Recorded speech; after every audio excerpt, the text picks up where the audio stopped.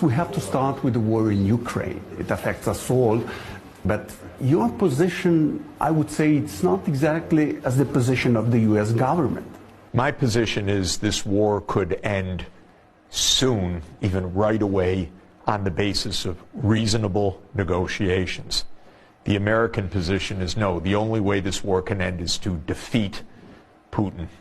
To my mind, that is both wrong and completely unrealistic. President Biden says we are going to win 100%. How do you defeat a country with 1,600 nuclear weapons?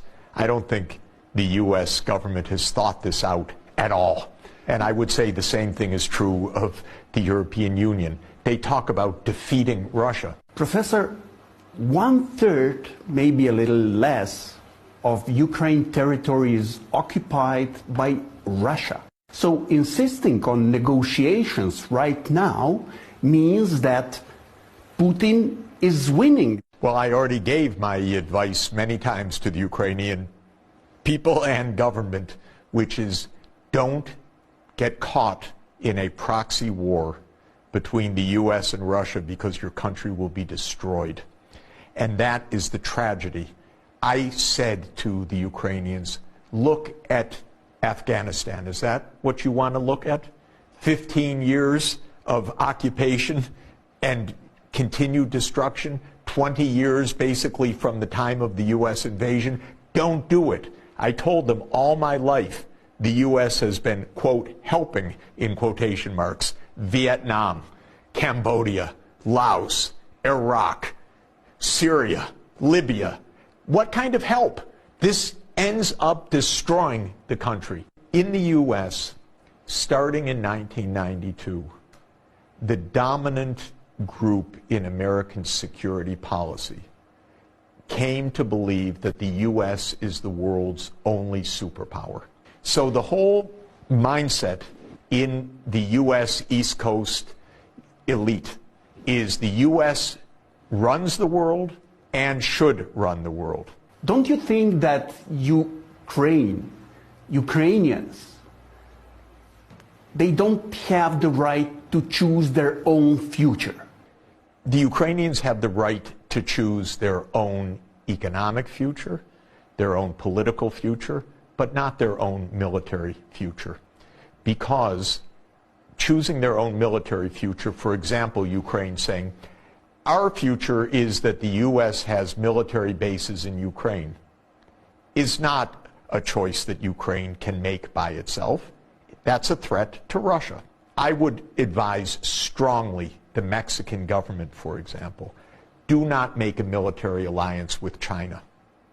That's not your choice. That would be a threat.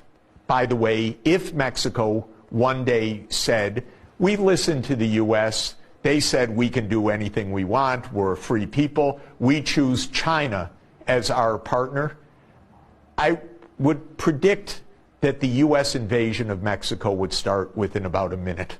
I strongly advise the Mexican government not to make a military alliance with China. Professor, how can we understand relatively hawkish position of the European allies? I'm really disappointed in European leaders right now because I know privately they have all sorts of views that they are not explaining to their public. I've spoken to the heads of government in Europe where they've said to me, for example, NATO enlargement, very bad idea.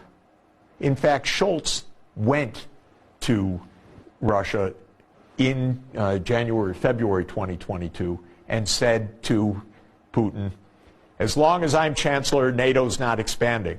And Putin looked at him and said, yeah, how long are you going to be chancellor?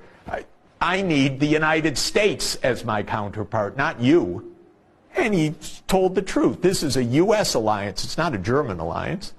And the U.S. is absolutely on the hardline side. The real mindset now of the U.S. leadership is we have two enemies that threaten our unipolar world. One is minor, that's Russia. we'll weaken them. We'll have the war for a while. We'll wear them down. But that's a second-rate regional power. They forget about 1,600 nuclear weapons. They forget about 11 time zones. They forget about some of the largest resource deposits in the world. They forget about the talents of the Russian people. All of that. No, Russia, but we'll weaken them. We'll weaken them. The one that's terrifying them is China. They don't quite know what to do. So right now, one of the arguments is we need to be tough in Ukraine to show China we mean business. If we back down now, what's China going to do over Taiwan? Honestly, Ukraine isn't even the center of attention. Ukraine thinks, oh, this is a war about us. No. First, it's a war to weaken Russia, in which Ukraine is stuck, losing hundreds of thousands of people and cities. It's horrible. But it's not even about Ukraine in the twisted mindset of some of these elites. It's about China.